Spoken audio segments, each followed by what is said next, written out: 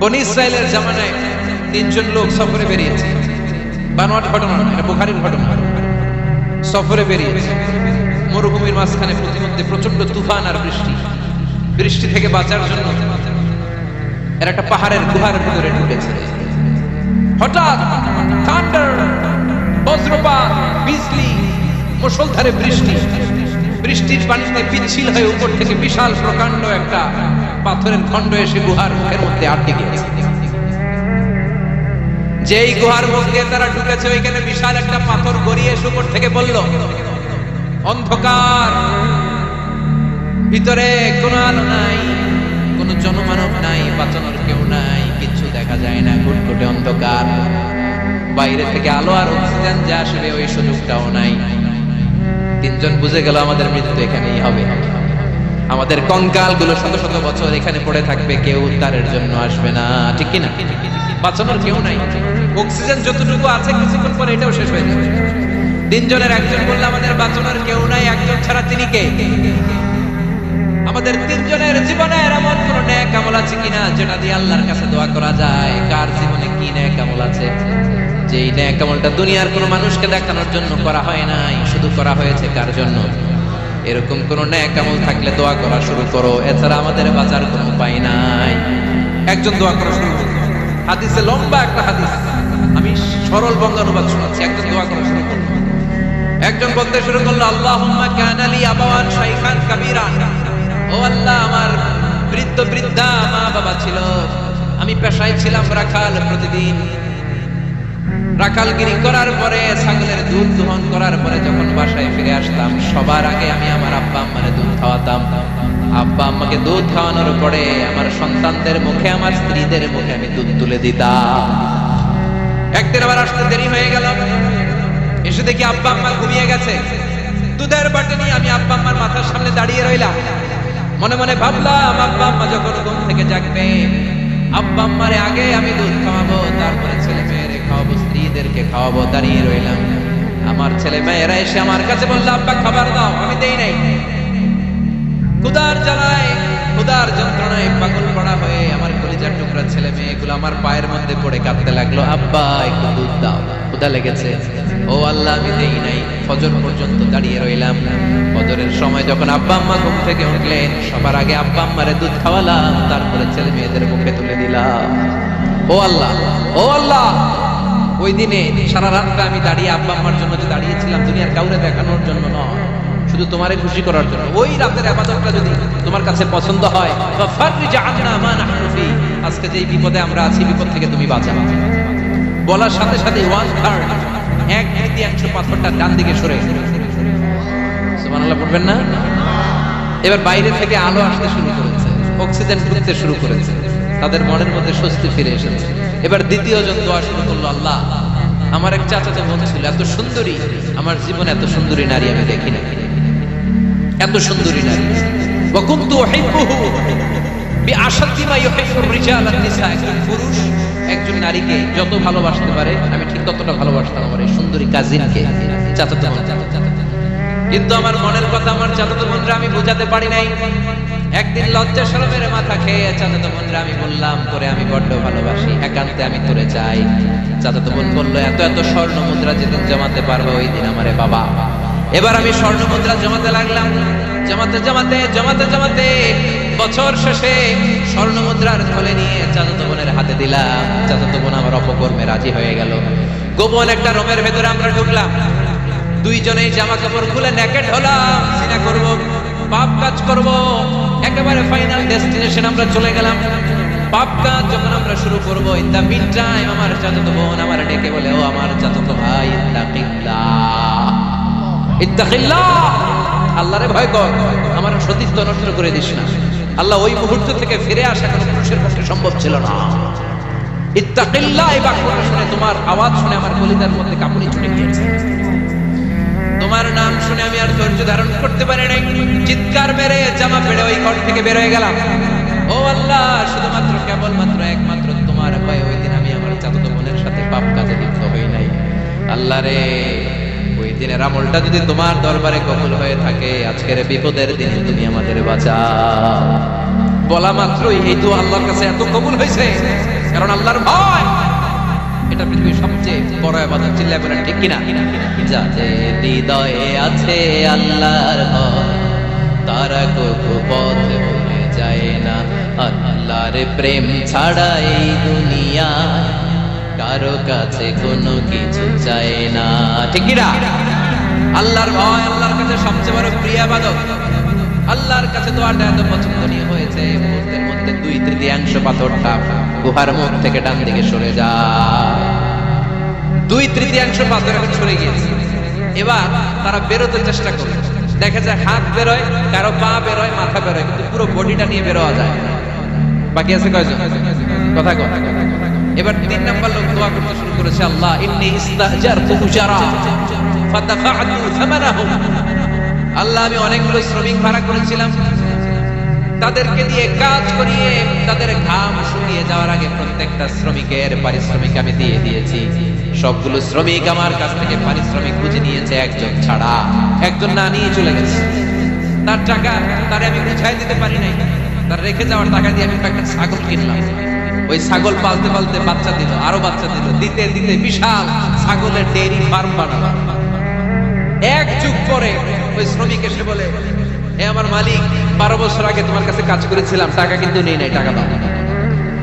আমি বললাম, ওই যে বিশাল ছাগলের বড় একটা ডেইরি ফার্ম দেখা যায়, পুরো ডেইরি ফার্ম তোমার, ডেইরি ফার্মটা তুমি নিয়ে যাও। শ্রমিক আমারে বলতে লাগলো, তাস্তাজিউ মিন্নি, আমার সাথে ঠাট্টা করো নাকি?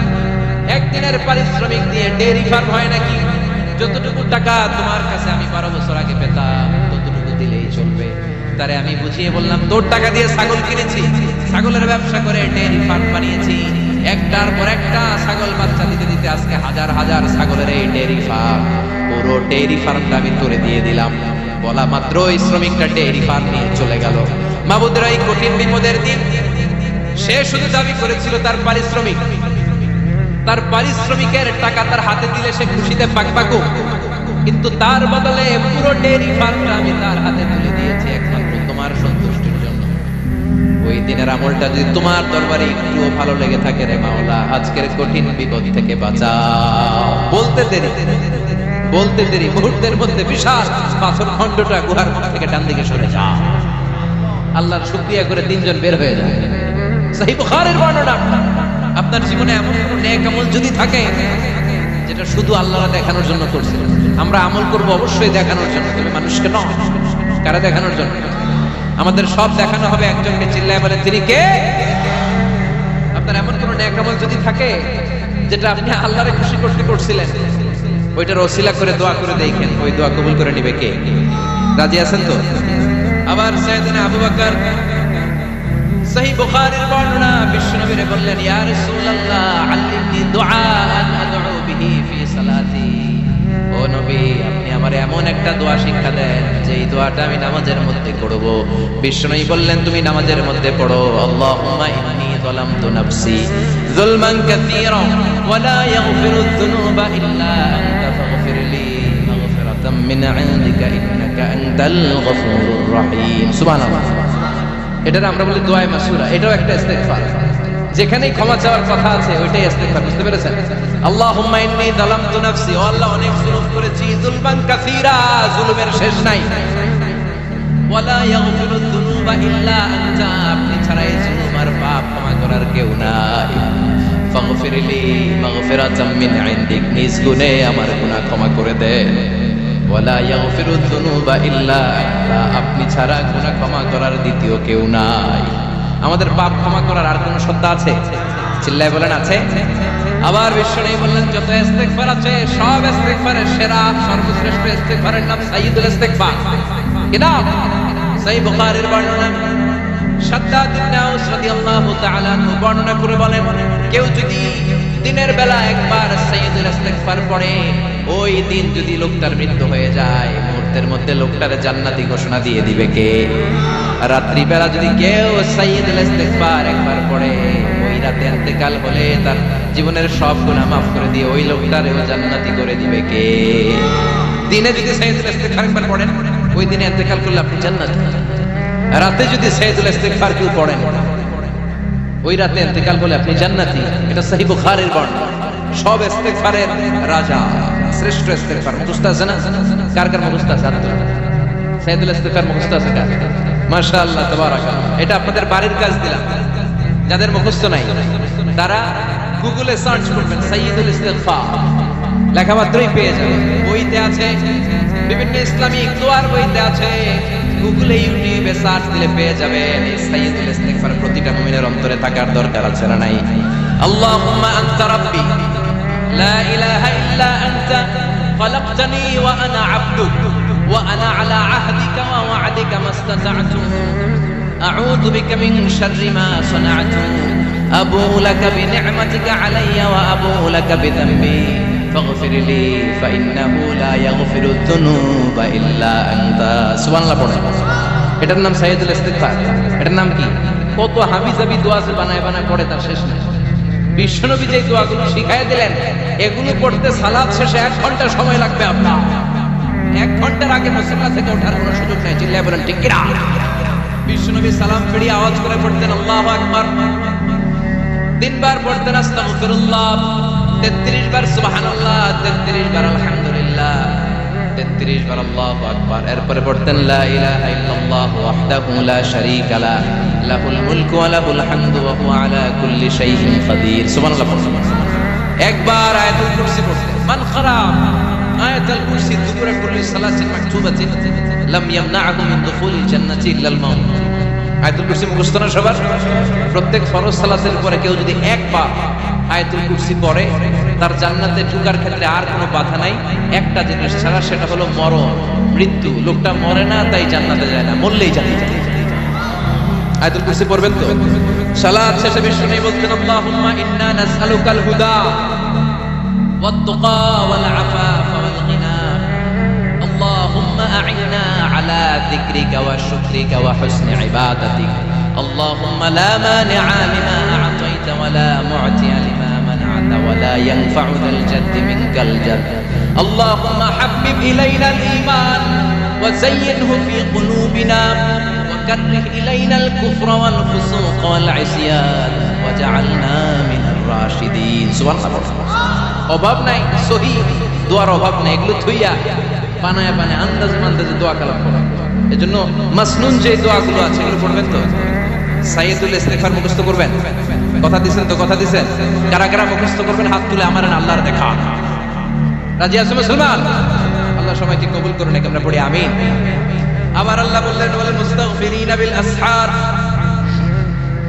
ওয়াল মুস্তাগফিরিনা বিল আসহার। আমার প্রিয় বান্দারা, শেষ রাতে চোখের পানি ছেড়ে তাহাজ্জুদের নামাজে যায়, নামাজ যায়, আর শেষ রাতে ইস্তেগফার পড়ে, ঠিক কিনা? তাহাজ্জুদের যায় নামাজে মরণ দিও প্রভু আমায়, একামতে দিনের কাজে কবুল করে নিও আমায়।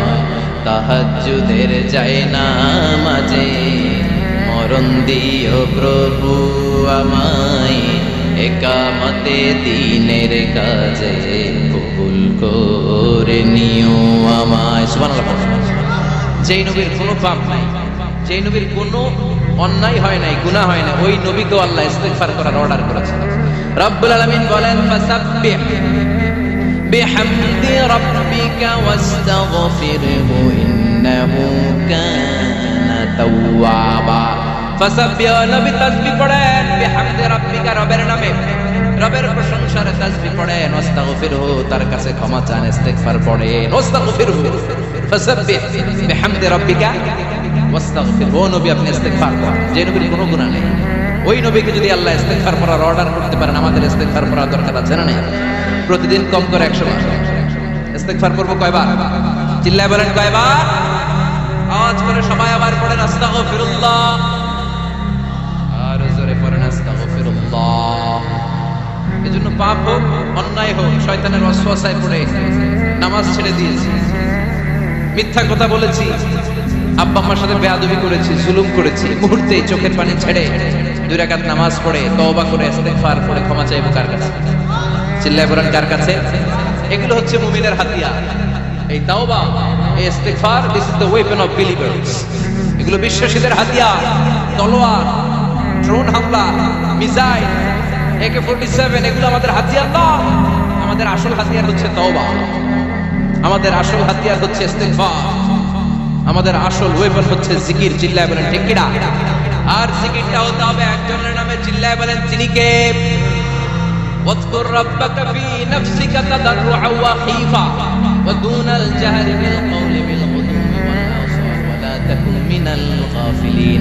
আল্লাহ বললেন ওয়াজকুর রাব্বাকা ফি নাফসিকা তাদাররুআন ওয়া খীফা, আল্লাহর জিকির করো, আল্লাহর নাম জপো মনে মনে, বিনয়ের সাথে, গোপন ভাবে, চিৎকার চেঁচামেচি করো না। কিন্তু আমাদের জিকিরের ভেতরে চিৎকার চেঁচামেচি আছে না নাই?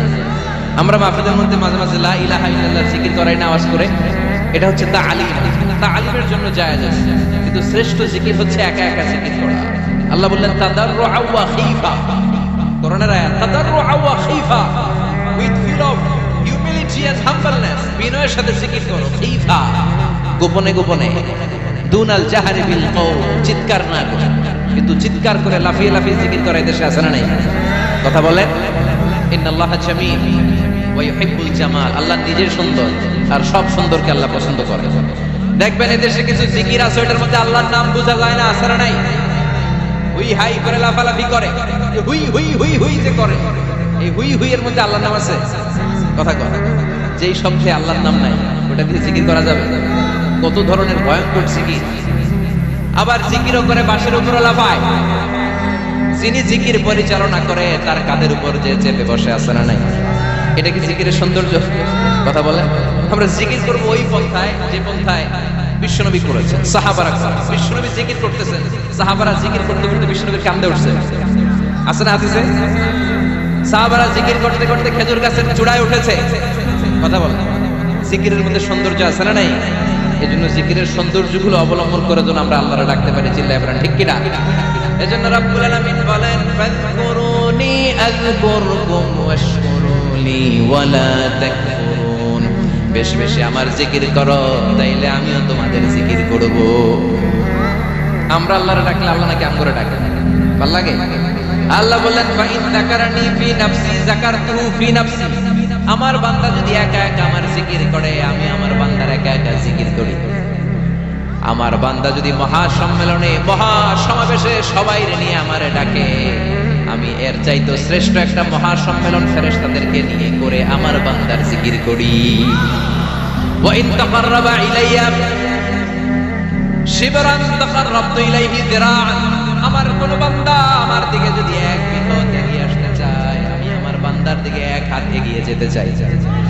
আমার বান্দা যদি আমার দিকে এক হাত এগিয়ে আসে আমি আমার বান্দার দিকে দুই হাত এগিয়ে যাই।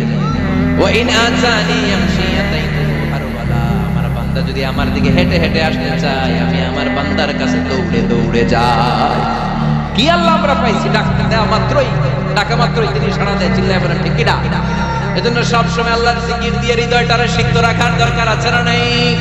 বিশ্বনবী বললেন লা ইয়াজালু লিসানুকা রাতবান মিন যিকরিল্লাহ, সব সময় আল্লাহর জিকির দিয়ে জিহ্বাটারে ভিজায় রাখো। জিকির করেন লা ইলাহা ইল্লাল্লাহ, লা ইলাহা, লা ইলাহা ইল্লাল্লাহ মুহাম্মাদুর রাসূলুল্লাহ সাল্লাল্লাহু মাসালুল্লাযী ইয়াযকুরু রাব্বা ওয়াল্লাযী লা ইয়াযকুরু রাব্বা মাসালুল হাইয়্যি ওয়াল মাইয়্যিত। যে হৃদয় আল্লাহর জিকির করে আর যে হৃদয় জিকির করে না, বিশ্বনবী বললেন দুই হৃদয়ের পার্থক্য হচ্ছে একটা জীবিত হৃদয় আর একটা মৃত হৃদয়। এখন আপনার হৃদয়কে আপনি কি জিন্দা রাখতে চান না মুর্দা বানাতে চান? আবার আল্লাহ বললেন আলা বিযিকরিল্লাহি তাতমাইন্নুল কুলুব, দুনিয়ার কোন জিনিস দিয়ে কলবের পরিচ্ছন্নতা হয় না, দুনিয়ার কোন জিনিস দিয়ে কলব পরিচ্ছন্ন হয় না, কলবের খাদ্য হয় না। কলবের খাদ্য হয় একটা জিনিস দিয়ে, সেটা কি? আল্লাহর জিকির। এজন্য কলবের মধ্যে কি বসাবেন? নাকি আয়না? আয়না বসাইয়া দেমল কলবের ভিতর বাবারে, কথা কয় আয়না বসাইতে চাই, আছে না নাই? তোর বাবার কলবে তো আয়না নেই, তোরে কি আয়না দিবে? বিশ্বনবী কলবে আয়না বসেছে, সাহাবারা আয়না বসিয়েছে, আবু হানিফা কলবের ভেতরে আয়না বসিয়েছে, ইমাম শাফিঈ কলবে আয়না বসিয়েছে। কলবে আল্লাহর জিকির ছাড়া কোনো আয়না ফায়না বসানো চলবে না। চিৎকার করে বলেন ঠিক কিনা? আবার বিশ্বনবী বললেন আফদালুদ যিকরি লা ইলাহা ইল্লাল্লাহ। জিকিরের জগতে যত জিকির আছে শ্রেষ্ঠ জিকির হলো লা ইলাহা। মান ক্বালা লা ইলাহা ইল্লাল্লাহ সিদকান মিন কলবিহি দাখালাল জান্নাহ। ঈমানের সাথে ইখলাসের সাথে একবার কেউ যদি লা ইলাহা ইল্লাল্লাহ পড়ে তার জন্য জান্নাতকে ওয়াজিব করে দিবে কে? এটার নাম কালিমাতুত তাইয়্যিবা। কি নাম? দারাবাল্লাহু মাসালান কালিমাতান তাইয়্যিবাতান কাশাজারাতিন তাইয়্যিবা আসলুহা সাবিতুন ওয়া ফারউহা ফিস সামা। এই লা ইলাহার নাম আল্লাহ দিলেন কালিমায়ে তাইয়্যিবা। কি নাম? কথা কন। ঝিনুকের ভেতর লুকিয়ে থাকে যেমন মতি, ঝিনুকের ভেতর লুকিয়ে থাকে যেমন মতি, কালমা শাহাদাতে আছে আল্লাহর জ্যোতি, কালমা শাহাদাতে আছে আল্লাহর জ্যোতি। পড়েন সবাই। ঝিনুকের ভেতর লুকিয়ে থাকে যেমন মতি, ঝিনুকের ভেতর লুকিয়ে থাকে যেমন মতি, কালমা শাহাদাতে আছে আল্লাহর জ্যোতি, কালমা শাহাদাতে আছে আল্লাহর জ্যোতি। সুবহানাল্লাহ পড়ুন। তাহলে জিকিরের জগতে সবচেয়ে শ্রেষ্ঠ জিকিরের নাম চিল্লায় বলেন কি নাম? সাইয়েদনা মুসা আলাইহিস সালাম আল্লাহর ডেকে বললেন মাবুদ। সহিহ ইবনে হিব্বান, মুস্তাদরিকে হাকিম দুইটা সহিহ হাদিসের গ্রন্থে হাদিস এসেছে। সাইয়েদনা আবু সাঈদ আল খুদরি হাদিসের বর্ণনাকারী। বিশ্বনবী বললেন মুসা আলাইহিস সালাম আল্লাহর ডেকে বললেন আল্লাহ আল্লিমনি কালিমাতান আদউ বিহা।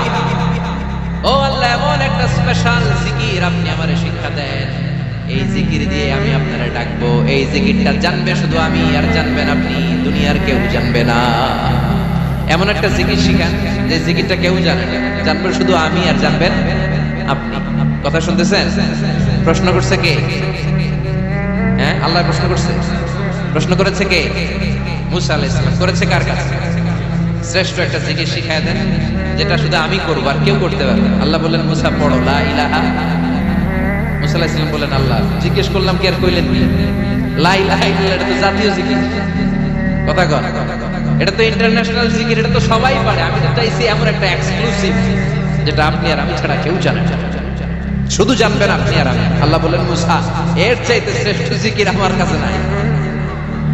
ও মুসা লাউ তাদাউ সাবউস সামাওয়াতি ওয়াল আরদ ফি কাফা, সাত আকাশ সাত জমিন যদি এক পাল্লায় রেখে দাও, ওয়ালা ইলাহা ইল্লাল্লাহ ফি কাফাতিন উখরা, লা ইলাহা ইল্লাল্লাহ যদি আরেক পাল্লায় রেখে দাও, লা রাজাহাত কাফাতু লা ইলাহা ইল্লাল্লাহ, মুহূর্তের মধ্যে লা ইলাহার পাল্লা ভারী হয়ে যাবে রে মুসা। সাত আকাশ সাত জমিন হালকা হয়ে যাবে আর লা ইলাহা ইল্লাল্লাহর পাল্লাটা ভারী হয়ে যাবে। সুবহানাল্লাহ পড়ে। এজন্য সব সময় এই লা ইলাহার জিকির করতে রাজি আছেন তো? এখন আমরা এই লা ইলাহারে মানেছি ভিক্ষার জিকির, আছে না নাই? একটা টাকা দিয়া যান আমি গরিব ইনসান, আখিরাতে সওয়াব পাইবেন পাহাড় সমান। একটা টাকা দিয়া যান আমি গরিব ইনসান। আর লা ইলাহার জিকির ভিক্ষার জিকির বানাইছে, কিন্তু এটা যে একটা বিপ্লবী বাণী, এটা যে একটা সংগ্রামী বাণী। এই বাণী যে মেনে নেয় সে আল্লাহ ছাড়া কারো সামনে মাথা নত করতে পারে না। চিল্লায় বলেন ঠিক কিনা? বিপ্লবী কালিমাকে, সংগ্রামী কালিমাকে আমরা ভিক্ষার জিকির বানিয়েছি। আপনারা তাফসীর ফি জিলালিল কুরআনের রচয়িতা সাইয়্যিদ কুতুব শাহীদের নাম শুনেছেন? মিশরে কায়রোতে তাকে ফাঁসির কাস্টে ঝুলানো হয়েছে। উনি ইসলামী আন্দোলনের দাওয়াত যখন শুরু করলেন, ইসলামের সঠিক ব্যাখ্যা যখন দিতে আরম্ভ করলেন, সামাজিক জাহালাতকে দুমড়ে মুচড়ে পদদলিত করে তিনি কোরআনের বাণী যখন মিশরের যুবক শ্রেণীদের হৃদয়ে কেড়ে দিতে চাইলেন, প্রথিত করতে চাইলেন, এই অ্যাক্টিভিটিজের অংশ হিসেবে তিনি কোরআনের তাফসীর লেখার কাজে হাত দিলেন আর লিখে ফেললেন জগৎ বিখ্যাত তাফসীর, তাফসীর ফি জিলালিল কুরআন। যেই তাফসীর পড়ে পড়ে অনেক ছেলে পথের দিশা পেয়েছে। ঠিক কি না? এই তাফসীর লেখার কারণে মিশরের মধ্যে নতুন আন্দোলন তৈরি হয়ে যায়। সবার মুখে এক কথা, সৃষ্টি যার, আইন চলবে আল্লাহর আইন ছাড়া। অন্য কোন আইন দিয়ে মিশরের বুকে কোনো বিচার আমরা হতে দেব না। মিশরের তাগড়া যুবকগুলো কায়রোর রাস্তায় নেমে এলো, ঘোষণা দিল সৃষ্টি যার, আইন চলবে তার। চোরের হাত কেটে দাও, ধর্ষকদের শাস্তি দাও জনসম্মুখে। ঠিক কি না? দুর্নীতিবাজদেরকে আইনের আওতায় আনো, দেশের শত্রু, দশের শত্রু, স্বাধীনতার শত্রু, সবগুলার বিচারের আওতায় আনো কোরআনের আলোকে, ঠিক কিনা? সংগ্রাম, বিক্ষোভে ফেটে পড়লো পুরো বিষয়। এই বিক্ষোভে টালমাটাল সরকার, জামাল আব্দুল নাসির কোন উপায় হন্তর না পেয়ে এই তাফসীর কারক এই মুফাসসিরে কোরআনকে জেলার ভিতরে পড়ছে। গোটা বিশ্বব্যাপী সব সত্য আর ন্যায়ের পক্ষের ধারক আর বাহক যারা, তাদের উপরে এরকম জালিম গাদ্দারদের অত্যাচার আছে নাই। তাকে ফাঁসির কাস্টে ঝুলানো হলো। আদালত থেকে রায় দেয়া হয়েছে, মিশরের যুবকদেরকে এরকম আন্দোলনে ঠেলে দেওয়ার কারণে ডেথ পেনাল্টি, ফাঁসির রায় হলো। সাইয়েদ কুতুব শহীদের ফাঁসির দিন ঘনিয়ে আসে। কারা কর্তৃপক্ষের নিয়ম অনুযায়ী যাদেরকে হ্যাঙ্গিং করা হয়, ফাঁসি দেয়া হয়, ফাঁসির ঘণ্টাখানিক আগে ওই জেলখানার ইমাম সাহেব এসে তাদেরকে কালিমা পড়ায়। কি পড়ায়? আফদালুয যিকরি লা ইলাহা, এই যে শ্রেষ্ঠ জিকির, এই শ্রেষ্ঠ জিকিরটা এসে পড়া। সাইয়েদ কুতুব শহীদের ফাঁসির কাস্টে দাঁড়ানোর 1 ঘন্টা বাকি।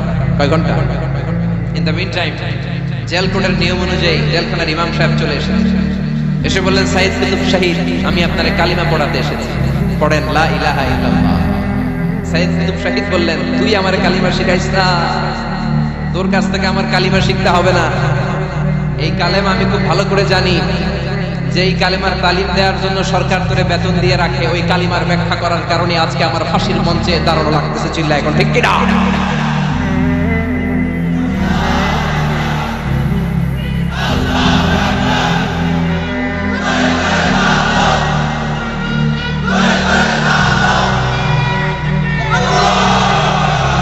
একই কালিমার তালিম তুমি দাও, তোমার টাকার বান্ডিল দেয়, আর ওই কালিমার এক্সপ্লেনেশন ব্যাখ্যা আমি সমাজে দিয়েছি, তাই আমারে ফাঁসি দেয়। তার মানে তোর কালেমা আমার কালেমা দুইটা আলাদা কালেমা, তোর কালেমা আমার কালেমা এক কালেমা না। চিল্লা এখন, ঠিক কিনা? তার মানে কালেমায় আর কালেমায় পার্থক্য আছে না নাই?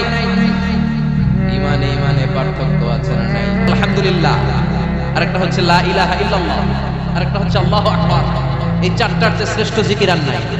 কথা বলেন, এটা এই চারটার ভিতরে ইল্লাল্লাহ আছে? কথা বলেন।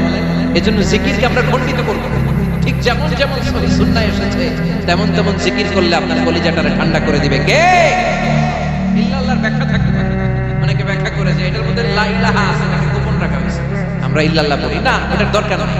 বিশ্বনবী এবং সাহাবারা যেই পন্থায় জিকির করেছেন, যেই পন্থায় জিকির শিখিয়েছেন, ওইটার ভিতরে বরকত বেশি না কম?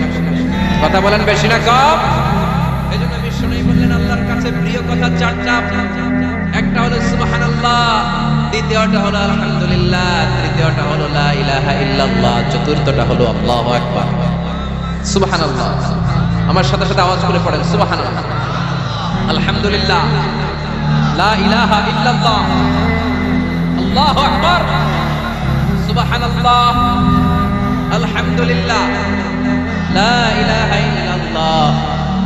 আওয়াজ করে পড়েন আল্লাহু আকবার। মনে থাকবে? জিকিরের ওয়াজ শেষ। এগুলোর চেয়ে শ্রেষ্ঠ জিকির নাই। সবচেয়ে শ্রেষ্ঠ জিকির লা ইলাহা ইল্লাল্লাহ, সবচেয়ে শ্রেষ্ঠ কালিমা আল্লাহর কাছে এই চারটা। একটু খেয়াল করে দেখেন, এই প্রতিটা জিকিরের মধ্যে আমার আল্লাহর নাম আছে না নাই? সুবহানাল্লাহ আছে না? আলহামদুলিল্লাহ, লা ইলাহা ইল্লাল্লাহ, আল্লাহু আকবার। আল্লাহ ছাড়া আল্লাহর নাম থাকবে না, যে শব্দের মধ্যে ওই সমস্ত নাম আর হুই হুই হুই হুই, এগুলো দিয়ে কোনো জিকির করা যাবে? আবার আব্দুল্লাহ ইবনে আমর ইবনে আস বর্ণনা করেন, বিশ্বনবী যখন জিকিরগুলো করতেন, আমি বিশ্বনবীকে দেখেছি বিশ্বনবীর আঙ্গুলের কড়াই জিকির গুনতেন। সুবহানাল্লাহ পড়েন। দেখতেছেন আমার হাত দেখা যায়? দেখা যায়, দেখা যায়। রাআইতুন নাবিয়্যা, আব্দুল্লাহ ইবনে আমর ইবনে আল আসের বর্ণনা, রাআইতুন নাবিয়্যা ইয়া'রিফু তাসবিহা বিয়ামিনিহি, আমি বিশ্বনবীকে ডান হাতের গিড়ার ভিতরে তাসবিহ গুনতে শুনেছি, তাসবিহ গুনতে দেখেছি। সুবহানাল্লাহ পড়েন। এখন আমরা লম্বা তাসবিহ ছড়া নেই না, এটা জায়েজ, কিন্তু শ্রেষ্ঠ হচ্ছে হাতের গিড়ায় গণা। এই প্রতিটা গিড়া in the day of judgment আপনার পক্ষে সাক্ষী দিবে। মনে থাকবে? কিভাবে গুনবেন? বা হাতে না ডান হাতে? ডান হাত উঁচু করেন সবাই, এইভাবে। নামাজ শেষ, আল্লাহু আকবার পড়ে 3 বার ইস্তিগফার পড়ে গণা শুরু, এইভাবে সুবহানাল্লাহ।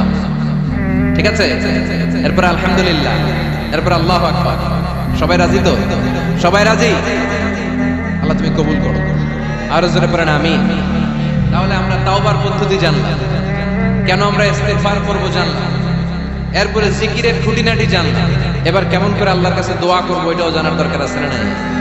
বিশ্বনবী বললেন দোয়া মুখুল ইবাদত, দোয়া হলো ইবাদতের নির্যাস। যে দোয়া করে না সে কিছুই করে না। তিরমিজির আরেক বর্ণনায় বিশ্বনবী বললেন আদ-দুআ ওয়াল ইবাদত, দোয়াটাই হলো ইবাদত, দোয়াটাই ইবাদত। কারণ আমি দোয়া করা শুরু করলাম, এটাই ইবাদত। নামাজ যেমনি ইবাদত, জিকির যেমনি ইবাদত, হজ করা যেমনি ইবাদত, দোয়া করাটা। এজন্য প্রতি নামাজের শুরুতে দোয়া আছে না নাই? সূরাতুল ফাতিহার আরেক নাম সূরাতুদ দোয়া, দোয়ার সূরা।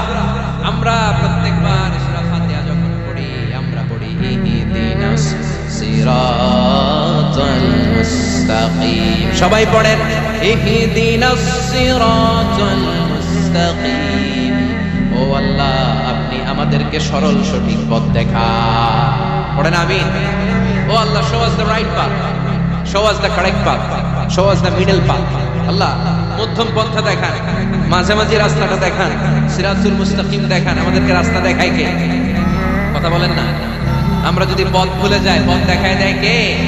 আমি যদি কোনদিন পথে ভুলে যাই, হাত ছানি দিয়ে কাছে নিও, মমতার বন্ধনে আমায় বেঁধে সব ভুল ক্ষমা করে দিও। আমি যদি কোনদিন পথে ভুলে যাই, হাত ছানি দিয়ে কাছে নিও, মমতার বন্ধনে আমায় বেঁধে সব ভুল ক্ষমা করে দিও।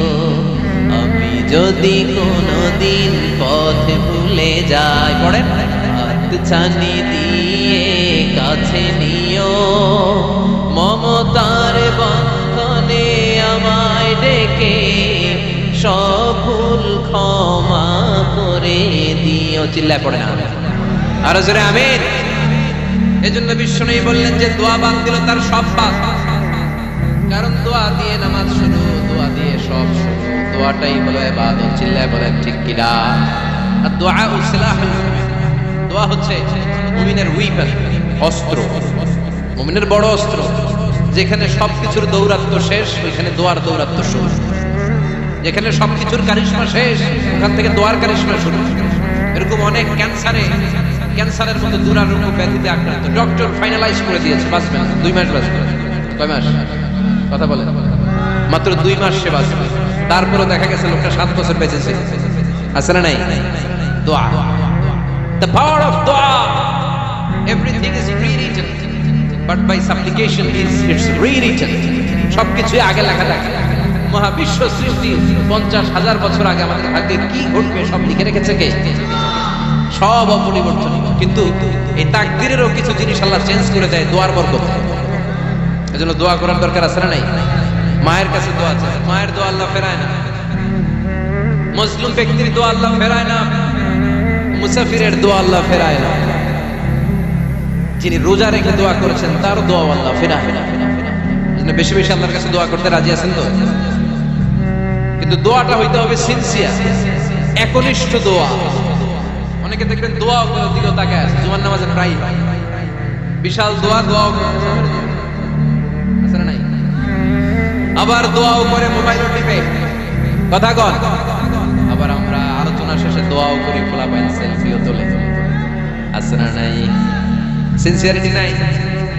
আপনার কি পরিমাণে সিনসিয়ারিটি আছে এটার উপর ডিপেন্ড করবে আপনার দোয়া কবুল হবে কি হবে না। একজন দোয়া করলে মুহূর্তে কবুল, চোখ বন্ধ করলে আল্লাহর আরশে চলে যায়, মদিনার সাথে ওর কানেক্টিভিটি বেড়ে যায়, আল্লাহর সাথে কানেক্টিভিটি বেড়ে যায়, সে ফিল করে সে আল্লাহর সাথে কানেক্ট হয়ে গিয়েছে। আর আরেকজন দোয়ার মধ্যে বুঝা কিছু পায় না, আছে না নাই? দুই দোয়ায় পার্থক্য আছে না? কথা কন। এজন্য সম্মানিত ভাইরা, দোয়াই যখন করবেন সিনসিয়ারলি করবেন, কানেক্টিভিটিটাকে স্ট্রং করার চেষ্টা করবেন। সিনসিয়ার দোয়া is like a missile. Missile নাম শুনছেন? হামলা করে না, মিসাইল হামলা করেছে ইসরায়েল, শুনেন নাই? মারলে একেবারে ধ্বংস করে দেয় সব। এই মিসাইল হামলা, ড্রোন হামলা, এগুলো লক্ষ্যবস্তু ভেদ করে ভয়ঙ্কর ভাবে ইঞ্চি ইঞ্চি, মাইক্রো ইঞ্চি মেপে মেপে এমন ভাবে এই বোমাটা মারবে ঠিক জায়গা মতো এটা ফিট হয়ে যাবে। এমনি দোয়ার মতো আপনি যদি দোয়া করতে যান, একনিষ্ঠতার সাথে সিনসিয়ারিটির সাথে যদি দোয়াটা করে ফেলতে জানেন, এই দোয়া মুহূর্তে আল্লাহর আরশে যেয়ে নক করবে। সুবহানাল্লাহ পড়ে। আর মুমিনের দোয়া কখনো ফেরত যায় না। দোয়া করলেই মুমিনের দোয়া কবুল করে নেয় কে? আপনি জীবনে যত দোয়া করছেন সব কবুল। All of your supplications are accepted. Whatever you have supplicated to Allah, যাই চাইছেন সব কবুল।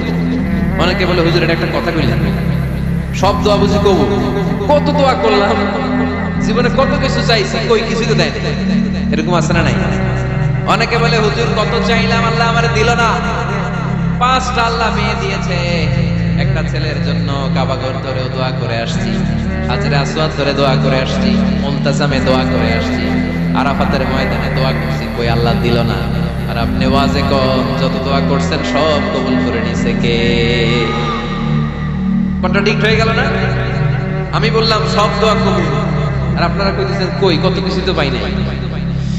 আল্লাহর দোয়া কবুল করার 3টা পদ্ধতি আছে। কয়টা? আপনাদের জিমানি আসছে? কথা শুনতেছেন তো? 3টা পদ্ধতি তিনি দোয়া কবুল করেন। চিল্লায় বলেন কয়টা? আপনি দোয়া করা মাত্রই আল্লাহ দোয়াটা অ্যাকসেপ্ট করে নেয়। আল্লাহ বলে accepted, rejected he never Sage your সাপ্লিকেশন is rejected. তোমার দোয়া রিজেক্ট করে দিলাম, এটা আল্লাহ কখনো বলে? সুবহানাল্লাহ পড়বেন না? দোয়া করা মাত্রই কবুল করে কে? তবে 3টা পদ্ধতিতে করে। চিল্লায় বলেন তো কয়টা?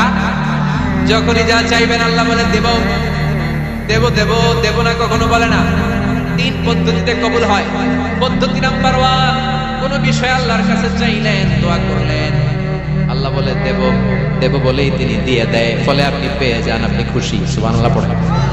পদ্ধতি নাম্বার 2, আপনি আল্লাহর কাছে কিছু চাইলেন, আল্লাহ তখনও বলে বান্দা তোরে দেব, রিজেক্ট করে দিলাম এটা বলে না, দেব তবে এখন না, লেটার অন, একটু দেরি করে, পরে দেব, কখন দিলে আমার জন্য ভালো, আমার চেয়ে ভালো জানে কি।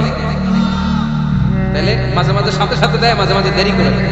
পদ্ধতি নাম্বার 3, আল্লাহর কাছে দোয়া করলেন, আল্লাহর কাছে কায়ে মনোবাক্যে চাইলেন, তখন আল্লাহ বলে বান্দা আমি দেব, তুই নিরাশ হইস না, তবে এখন দেব না, দেরি করেও দেব না, কিয়ামতের কঠিন ময়দানে যেদিন বিপদে পড়ে যাবি ওই দিন দেব। যেদিন পিতা সন্তানরে চিনে না, সন্তান পিতারে চিনবে না, পীর সাহেব মুরিদরে চিনবে না, মুরিদ পীর সাহেবরে চিনবে না, মুসল্লি ইমাম সাহেব চিনবে না, ইমাম মুসল্লি চিনবে না, নেতা কর্মী চিনবে না, কর্মী নেতারে চিনবে না। চিল্লা এখন ঠিক কিনা? কেউ কাউরে চিনবে না, কেউ কাউ উপকার আসতে পারবে না। ওই কঠিন দিনে তোরে আমি দেব রে গোলাম। তাহলে এই যে এতগুলো দোয়া ছোটবেলা থেকে আনটিল টুনাইট, এই রাত পর্যন্ত যে দোয়াগুলো আল্লাহর কাছে করছেন, লস হয়েছে? চিল্লায় বলেন লস হয়েছে না লাভ? লস না লাভ? আল্লাহ বলে গোলাম চা বেশি বেশি দোয়া কর, উজিবু দাওয়াতাদ দাঈ ইযা দাআন। আমার বান্দা আমার কাছে চাইতে দেরি হয়ে যায়, দোয়া কবুল করতে দেরি হয়, এজন্য বারবার চাই। না দিলেও চাও, না দিলেও হয় একটু পরে দিবে, দেরি করে দিবে, যখন আমার জন্য উপকার হবে, ভালো হবে তখন দিবে, তা না হলে কিয়ামতের ময়দানে দিবে। চিল্লায় বলেন ঠিক কিনা?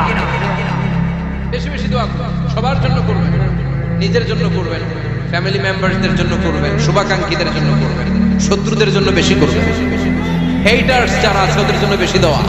আল্লাহ যেন এগুলোর হেদায়েত দেয়। ইসলাম বিরোধী যারা এদের জন্য দোয়া, হিন্দু বন্ধু থাকলে এদের জন্য দোয়া, হেদায়েতের দোয়া, ঠিক কিনা? সবাই সবার জন্য দোয়া করেন।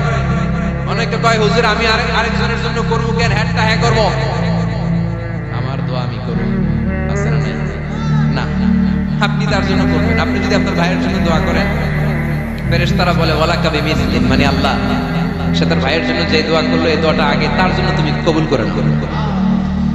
আপনি যদি দোয়া করেন আল্লাহ আমার ভাই অসুস্থ, তুমি তারে সুস্থ করে দাও, ফেরেশতারা বলে আল্লাহ যেই লোকটা দোয়া করলো তার মধ্যে যদি কোনো রোগ থাকে আগে তারে সুস্থ করে দাও, পরে বাইরে। ফেরেশতাদের দোয়া কবুল করে নেয় কে? আপনার দোয়া কবুল হইতেও পারে, নাও হইতে পারে, কিন্তু ফেরেশতারা আল্লাহর কাছে দোয়া করলে এটা কবুল হবে না।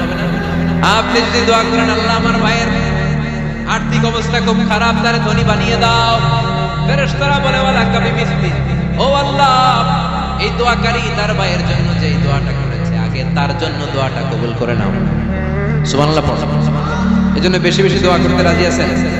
বারবার চাই, সকালে বিকালে দুপুরে রাতে শীতকালে গ্রীষ্মকালে সব সময় আমরা দোয়া করবো কার কাছে? আল্লাহর কাছে। বারবার চাইলে আল্লাহ খুশি হয়ে যায়, বারবার না চাইলে আল্লাহ রেগে যায়। দুনিয়ার সিস্টেমের একেবারে বিপরীত। আমি যদি এই ভাইয়ের কাছে কোনো একটা বিষয় নিয়ে আসতে যাই, ভাই আমার 1000 টাকা দেন, বিপদে পড়ছি, দিল 1000 টাকা, নেন, বিপদ সার উদ্ধার। এক সপ্তাহ পরে আবার ভাইজান কোনো বিপদে আছে, 1000 টাকা।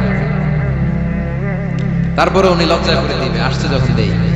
পরের সপ্তাহে আবার মিয়া সাহেব 1000 টাকা।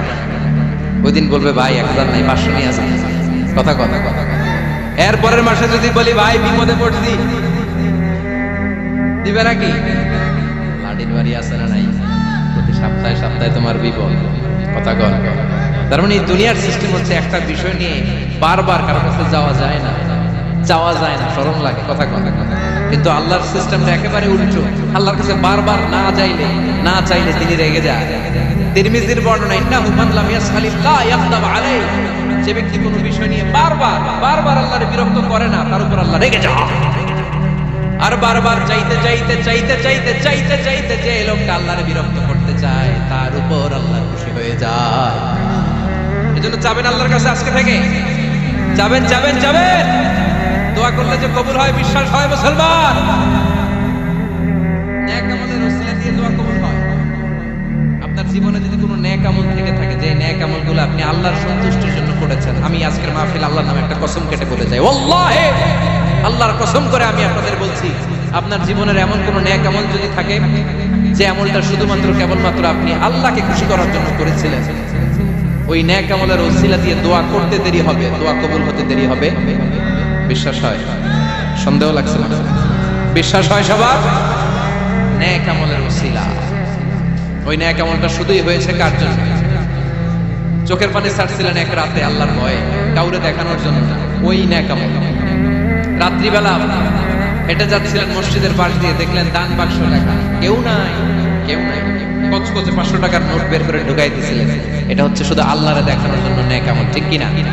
আল্লাকা সিররুন ইনদাল্লাহ বাইনাকা আনতা ওয়া বাইনাল্লাহ, আল্লাকা সাদাকাতুন তাখফা লা ইয়ালামুহা ইল্লাল্লাহ, আল্লাকা সিররুন ইনদাল্লাহ বাইনাকা আনতা ওয়া বাইনাল্লাহ, আল্লাকা সাদাকাতুন তাখফা লা ইয়ালামুহা ইল্লাল্লাহ। সুবহানাল্লাহ পড়ো।